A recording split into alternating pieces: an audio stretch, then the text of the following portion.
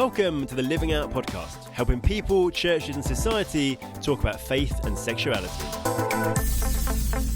Hello and welcome to the Living Out podcast. This is Ed Shaw speaking to you by the magic of modern technology and welcoming you back to our series 11, believe it or not, which is focused in on friendship.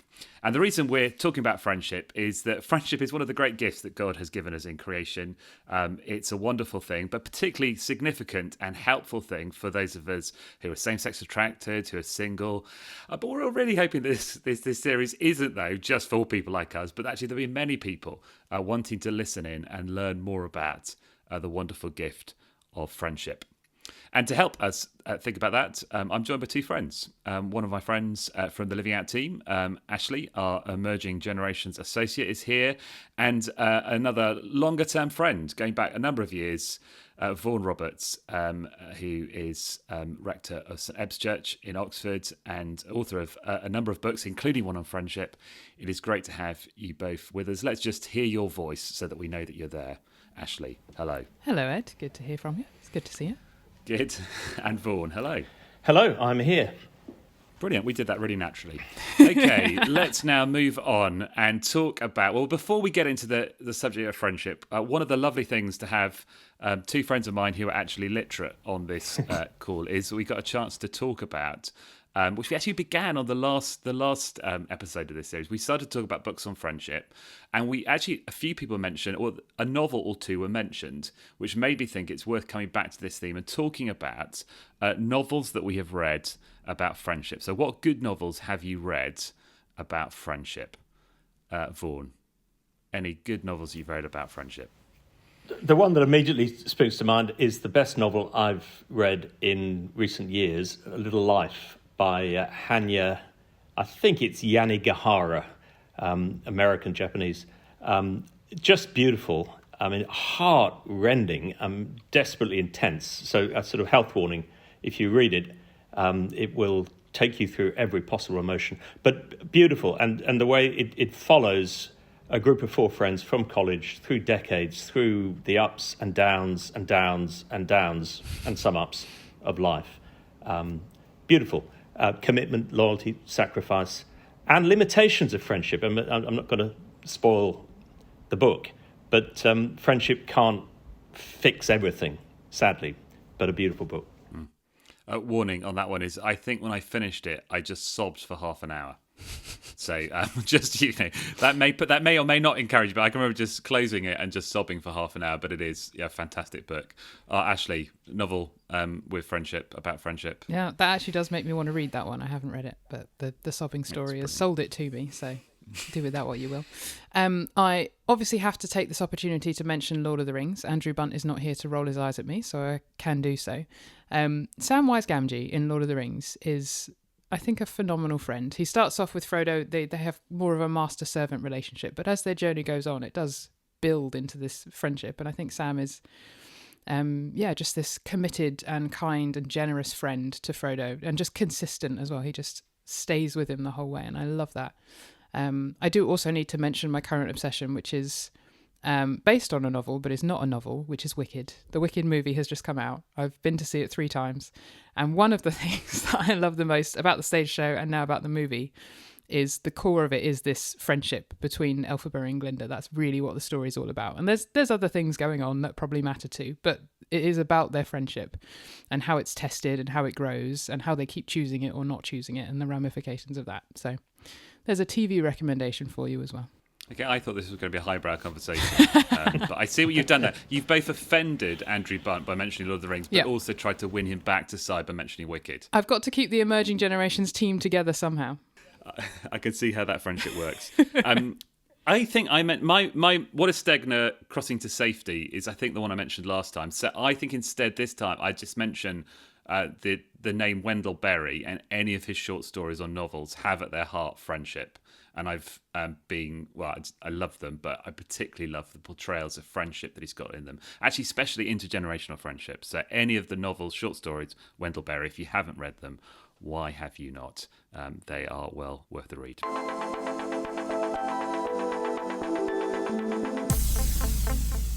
Well, this episode is called Jesus and Friendship, or Friendship and Jesus, and it was meant to be entirely focused on that, but sadly, we talked too much about Jesus in the last episode, apparently. I was in trouble for talking too much about Jesus. Doesn't happen often, but this time I'm in trouble for talking too much about Jesus.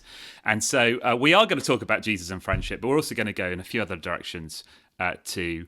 But I want to start by asking my two friends here on this podcast what you most appreciate about the friendship that Jesus offers you, Vaughan. Well, it's hard to go beyond the astonishing fact that he offers me a friendship. I mean, that can't be taken for granted. Friendship's always a gift. It's part of the nature of friendship, that it doesn't have to be given. But the fact that the Son of God, the creator of the universe, who is absolutely holy, should even notice someone as tiny and as sinful as me, let alone choose to love me. And those wonderful words, which I'm sure you looked at in the last episode, I've called you friends. And I am one of those through his self-revelation of himself and his amazing grace. So I never want to take that for granted. It is an astonishing gift. Yeah, for me, it's the depth of intimacy that I can have with Jesus. So kind of similar to what Vaughan's just shared, it actually stuns me that I can be known this deeply by anybody, especially by like this perfect, incredible creator of everything, that he would know me, that he would notice me and would love me as much as he does. That floors me every time I think about it. I can't get over it. But I think also the way that he transforms me. So in other friends, I might admire things in them or aspire to have or be kind of the ways that they are in certain areas, but I can't drum those things up in myself. Whereas with Jesus, I admire things in Jesus and I can see him gradually producing those things in me too. So I really appreciate that about his friendship, that he's also using his friendship to make me more like him and therefore to be, better in every way. And I love the fact that when it comes to Jesus, when he says, "I know how you feel," he does that in a way that actually not every friend can. And actually Jesus both knows how I feel because of his own experience of being a human being, his own experience of the sufferings of what it is to be human, but also he knows how I feel because he does live inside me by his Spirit. And actually he's, sometimes it's really hard, isn't it? And I'm actually quite famous in some friendships for never finishing a sentence on how I feel because I can never quite express it. In fact, I was being given a hard time by one of my friends last night. He said, "Could you please just finish a sentence in telling us how you feel?" But what I love about Jesus is I don't even need to finish the sentence because he already knows. And particularly in those moments when I can't put into words how I'm feeling, he, by the power of his Spirit, knows. And he, by the power of his Spirit, gives me, well, not even the words to say. I love that bit in Romans 8 about, the Spirit just expresses in groans sometimes what we're thinking and actually can process our feelings for us and express our feelings for us in a way that nobody else can. Oh, brilliant. What challenges us about the depth of friendship that Jesus offers us? When we look at his friendship, where's the challenge for you, Vaughan? Where do you stop? Where do you start? I mean, everything about Jesus' friendship is perfect and therefore is very challenging.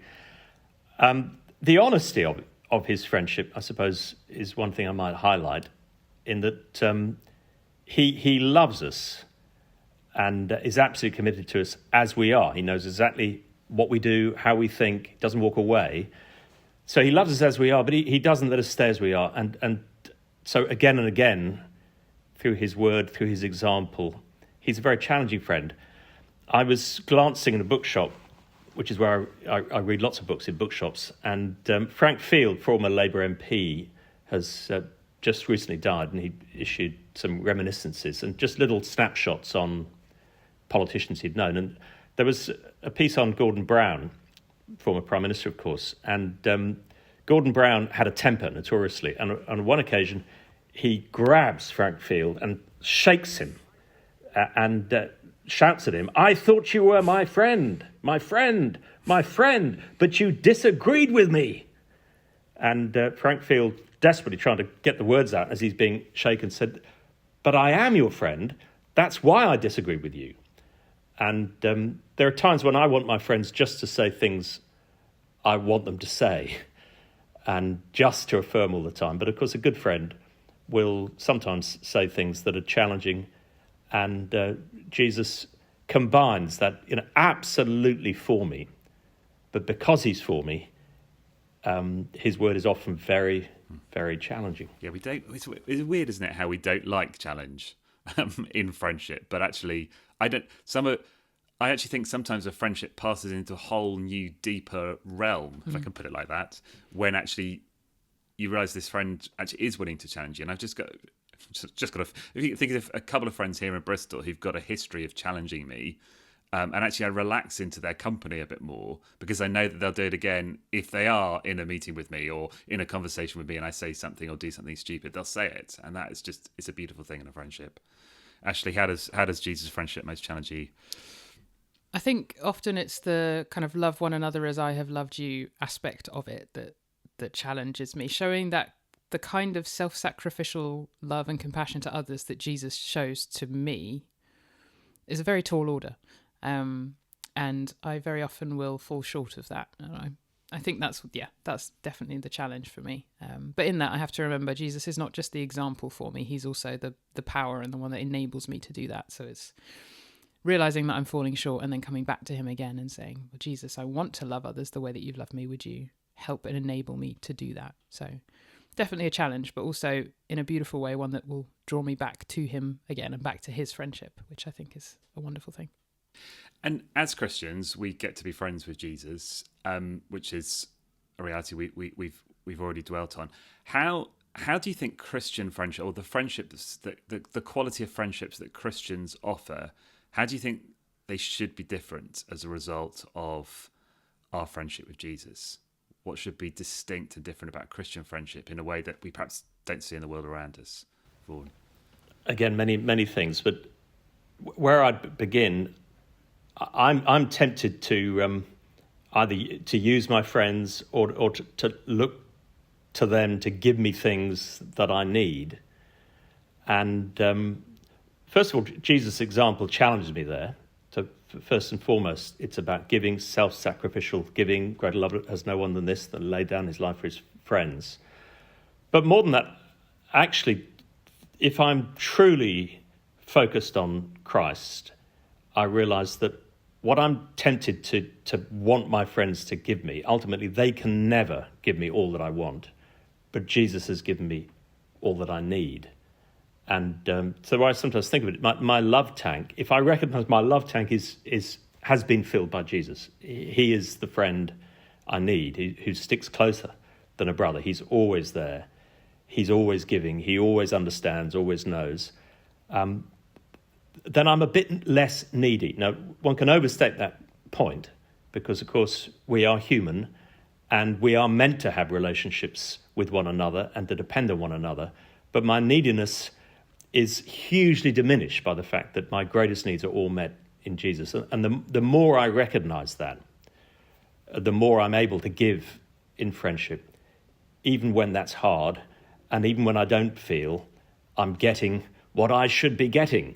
And that, of course, is death to friendship when I'm being critical and thinking, well, and doing the equation, I think I'm coming out badly in this. But if actually I'm receiving, then out of the overflow of the heart, sacrificial love comes. And I've still got a long, long way to go in that. But it helps me when I hear my mind and my heart talking neediness. And of course, that is so destructive to friendship. And the best way to receive is to give. But I can give because I've been given too.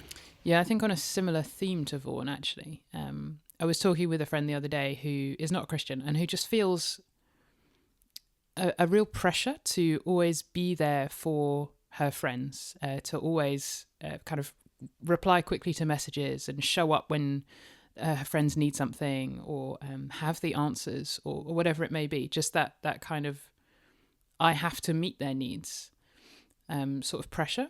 And it was fantastically just able to share with her how friendship is different for me as a Christian and how I don't feel that pressure, because I know that ultimately what my friends need is not me, it's Jesus.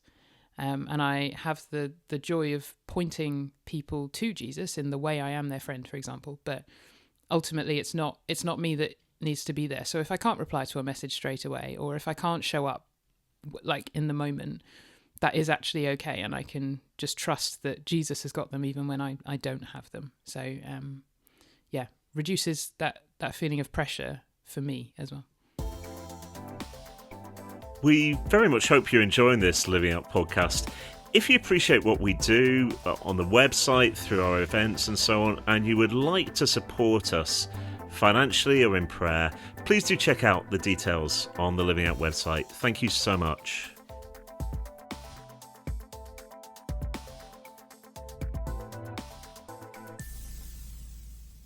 Vaughan, over 10 years ago, you sat down and wrote a short little book on friendship called True Friendship, Walking Shoulder to Shoulder, published by 10 of those publishing. Why? Why did you sit down to write that book? Well, it began by me thinking about friendship because I sensed and felt a friendship deficit. I was going into my first sabbatical. I've been working for 14 years here at St Ebbe's Church, and I've been running. And during that time on sabbatical, I had time to think, and I was trying to think, what is the next 7 years and what will make it sustainable? And I realised I needed people closer. When I was a student, there was a seminar once at a student conference I went to on friendship, and I thought, what losers would go to that? I mean, what a bizarre thing, because friendship just happened. I never really thought about it. I always had friends. Friends were on tap. They were always around. But of course, as you get older, and certainly if you stay single, many friends get married, they have kids, and they scatter. I was finding that friends who'd been close in the inner circle, as it were, without us ever falling out or anything, we just didn't see so much of each other, and they drifted into the next stage of circle. And I knew if at any point I needed someone, I could phone them up. But they didn't really know what was going on in my life. And I felt unhelpfully isolated, both in terms of just emotionally isolated and just getting the support I needed and the kind of challenge that I might have needed. So I thought about friendship, and I then realised I needed to take proactive steps to, as it were, get the bellows out and reignite the embers of dying friendships and create newer, closer friendships. So I always had people in the inner circle. So I started going to some friends and saying, actually, your friendship means a lot to me, and I need to be in closer contact. Thinking I'm the needy guy, I'm the one who's single, I'm likely to remain single. But then I found that almost every case, the friends who were virtually all married were kind of saying, well, me too. And that was a revelation to me, that my married friends, so much of their relational energy was zoomed in on family, and they felt isolated, a bit lonely. So I thought, well, maybe some of the things that I've learned and I'm trying to learn and apply myself could be helpful for others. So it emerged out of me and my own circumstances, and then trying to share them with others. And practically, how's that worked out? So you wrote this book, you had these conversations. What does that look like in your life? Making sure that you do, or that you have less of a friendship deficit. Well, I think it means, as I said earlier, making sure that there are some friends in the inner circle, and I think it's important to recognise friends go out of the inner circle, and that's okay. It's not because you've fallen out. If you think, how many friends have you still got from primary school? They were close friends then, but nothing went wrong. You just moved on, and you can't keep up closely with everyone. And actually, one of the bad things, and there are many good things, but one of the bad things of the social media age is that they're still in your friendship groups. They still see your Instagram postings. I don't do such things, but if you did, and so you can think, oh, I'm still in touch with all those people, but the reality is you never really talk to them, and that they're no longer in the inner circle. So most people, you just have to let drift into that medium or outer circle, because you can't keep them all there. But there need to be some. And I would say not too few and not too many. If you try and have too many in the inner circle, you just can't keep up. It's not possible to have that level of close contact. Too few can be a danger, because then you're in danger of just relying on the one or the two, and with the best will in the world, they can't all be there for you, and you can't always be there for them. So consciously thinking, I need a few more, and actually doing what I did and saying, your friendship means a lot to me, being vulnerable in that kind of way, and expressing a level of neediness that everything in me is saying, oh, don't reveal that, don't reveal that. And also a level of openness that, again, I'm reluctant to give. But it's amazing how that comes back the other way beautifully. And then time. I mean, one of the things I realised, actually, feeling that I had a friendship deficit because I'm single, I began to realise I've got massive friendship advantages because I'm single. Because I do have relational energy and time that those who are looking after the husband and the wife and the triplets, etc., have less time and energy. So playing into that and making the most of it. And if I remember rightly, and I've read the book a couple of times, but this may be, I'm just trying to remember, that actually you did just so proactively go to some friends and just say, actually, this is what I need from our friendship. Are you up for giving that? And you were very open for them to say, actually, I can't do that. Is that right? Yes, it is to some degree. I mean, I'm not sure I said, look, I need X, Y, and Z, but I did say to one or two, I really appreciate your friendship, and it'd be good to be in touch a bit more. And I probably understated it because I don't want to over demand, because that puts pressure on.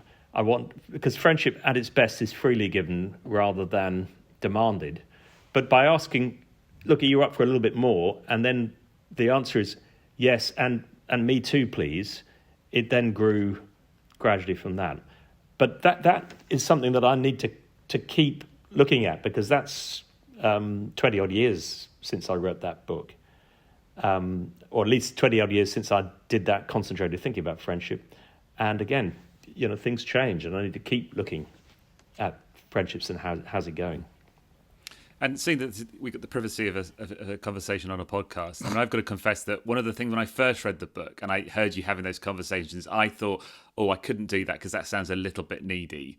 And then I can remember probably about 10 years after having first read it, suddenly realising actually what Vaughan did was exactly what I need to do, and actually having some conversation. This is actually post the pandemic, when I'd started to really have some sort of some weekly meetups with a number of people. It'd be much more structured in the pandemic because you really needed to do it to survive.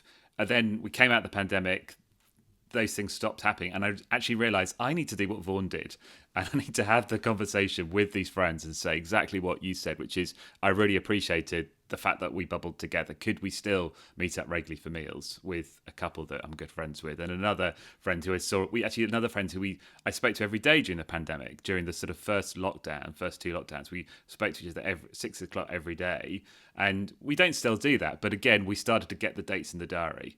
And that is something I learnt from Vaughan Roberts. But having first of all read it and thought, that's a bit sad, realising 10 years later, actually, it was very wise. So I just thought I'd confess that while nobody else is listening. Is that okay?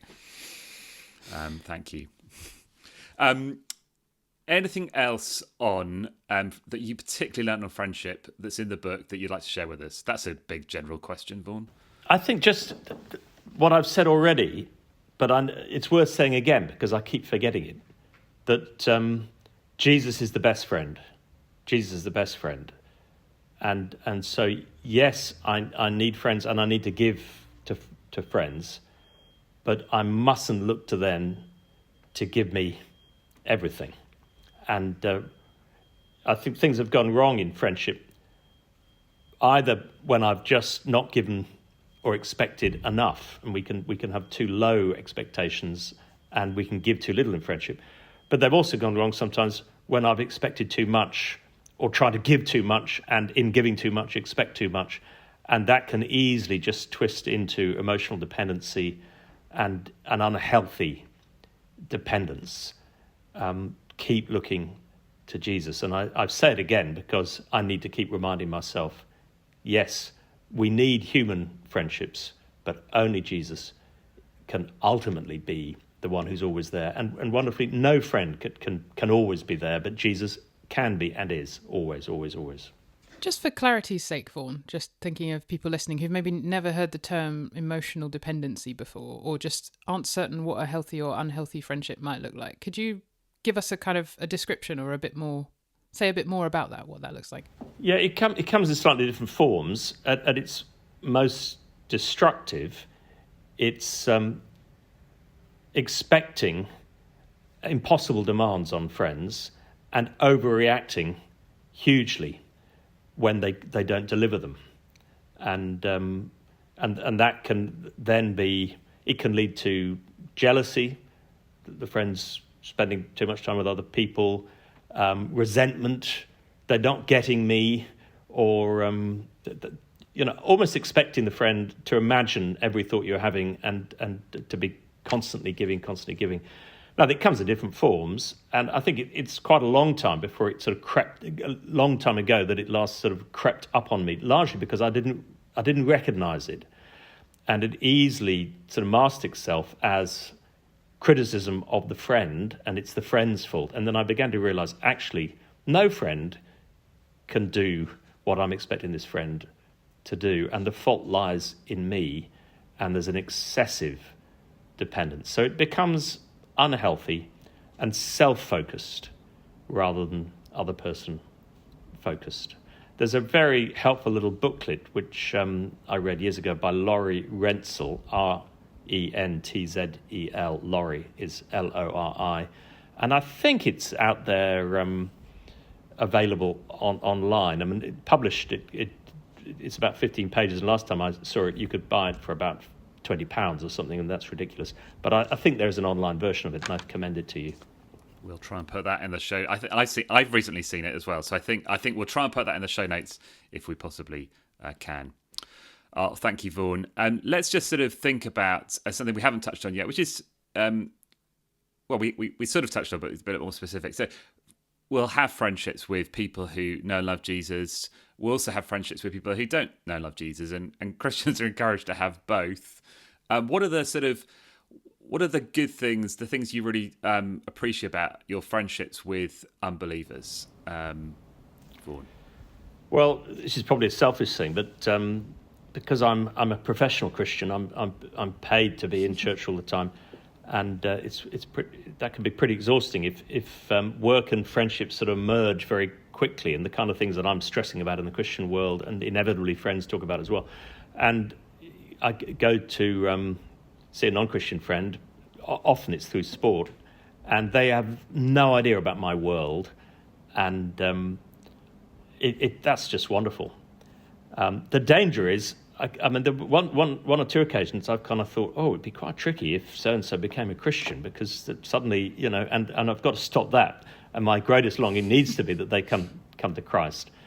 But I just like getting out into a very different world. And it also reminds me how normal people tick, because it's an awful long time since I became a Christian. And having close friendships with, not many, but probably a couple of close friendships with non-Christians has really helped me to understand from the inside the kind of people I'm trying to reach more broadly. Ashley, would you add anything to that? Probably more of the same, really. I find it. Well, I love my friends who aren't Christians just because of the people that they are.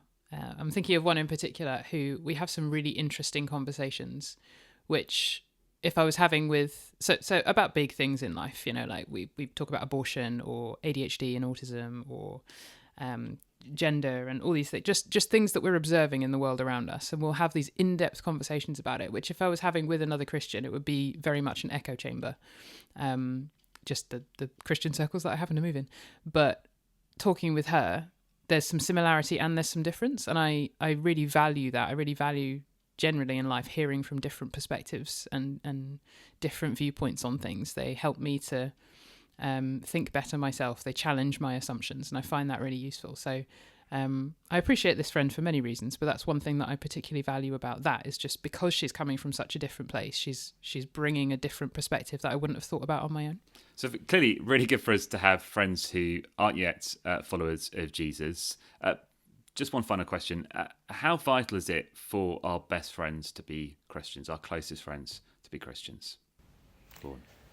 I don't think it's vital in that if one just become a Christian, you've got really, really close friends, and you can't replicate that. And it might be that you don't have any of them who are close friends, any Christian close friends, so you don't lose those old friendships.